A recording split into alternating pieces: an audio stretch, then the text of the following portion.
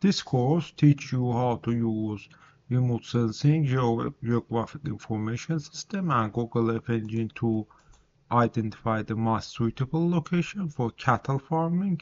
You will explore fundamentals of satellite imagery, site suitability mapping, and the GIS principle. Then learn how to process the real-world dataset in Google Earth Engine by combining the land cover, slope, climate, and proximity to water.